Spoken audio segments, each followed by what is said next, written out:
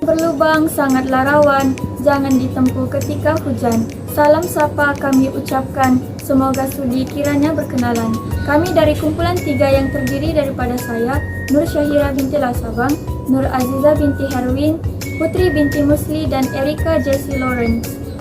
Isu semasa yang akan kami bincangkan ialah peranan ibu bapa dalam membentuk anak yang berbudi bahasa. Budi bahasa secara umumnya merujuk kepada tutur kata yang elok, tingkah laku yang baik serta mulia, beradab dan sopan santun. Bak kata pepatah Melayu, yang kurik kundi, yang merah saga. Peribahasa yang singkat dan padat ini membawa maksud yang sangat mendalam, iaitu yang baik dan indah itu ialah budi bahasa dan bukannya para serupa. Ini menunjukkan betapa pentingnya seseorang itu berbudi bahasa. Di era yang serba moden ini adalah menjadi kebimbangan rakyat, ialah keruntuhan budi bahasa dalam kalangan masyarakat, khususnya anak remaja. Oleh itu, kesedaran awal mestilah dipupuk dalam diri setiap individu agar masalah ini tidak berleluasa. Sudah semestinya ibu bapa memainkan peranan yang penting dalam usaha memupuk budi bahasa dalam kalangan anak-anak mereka. Persoalannya, apakah langkah-langkah yang perlu diambil untuk memupuk budi bahasa dalam kalangan anak-anak remaja? Obligasi terbesar dalam menjadi ibu bapa adalah untuk membesarkan anak-anak dengan sahsiat terbaik. Anak ibarat kain putih, maka ibu bapalah mencorakkannya, sama ada seindah pelangi ataupun segelap masa depannya. Ibu bapa boleh menunjukkan contoh untuk berbudi bahasa apabila berkomunikasi dengan orang yang lebih tua, misalnya atuk dan nenek mereka. Sebagai contoh, menggunakan bahasa yang baik beserta nada yang lemah lembut.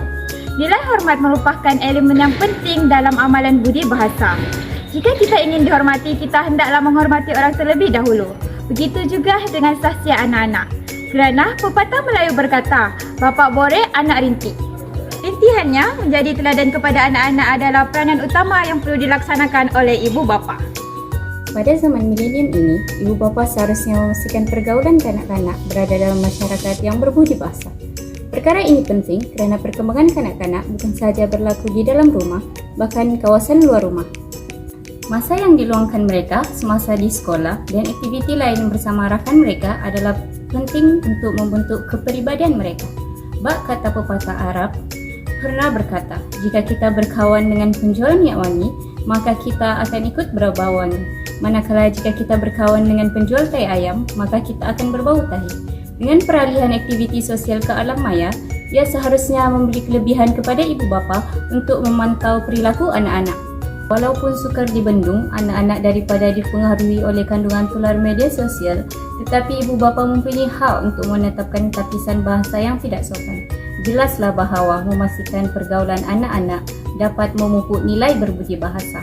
Kesimpulannya, banyak peranan yang wajib dimainkan oleh ibu dan bapa dalam membesarkan anak untuk menjadi seorang yang berbudi bahasa. Tanpa disedari, kita sebenarnya lahir di tanah air yang penuh dengan sikap toleransi antara satu sama lain tanpa mengira latar belakang, agama, kaum, dan bangsa. Nilai yang pernah diamalkan oleh datuk dan nenek kita dahulu kala perlu terus disemat dalam diri anak-anak pada ketika ini supaya kesejahteraan dan keamanan negara kekal terjamin. Setiap pihak sebenarnya mempunyai tanggung jawab untuk memastikan generasi muda zaman ini dipupuk dengan nilai-nilai murni dan berketeladanan tinggi. Janganlah kita menuding jari dan bersikap pasif dalam polemik ini kerana sesal dahulu pendapatan, sesal kemudian tidak berguna. Oleh itu, marilah kita berganding bahu menggembleng tenaga membentuk generasi yang kaya dengan budi dan bahasa. Burung pipit, burung kedidi, hinggap di pokok, di tepi sawah. Jika hidup tidak berbudi, ibarat pokok tidak berbuah. Sekian, terima kasih.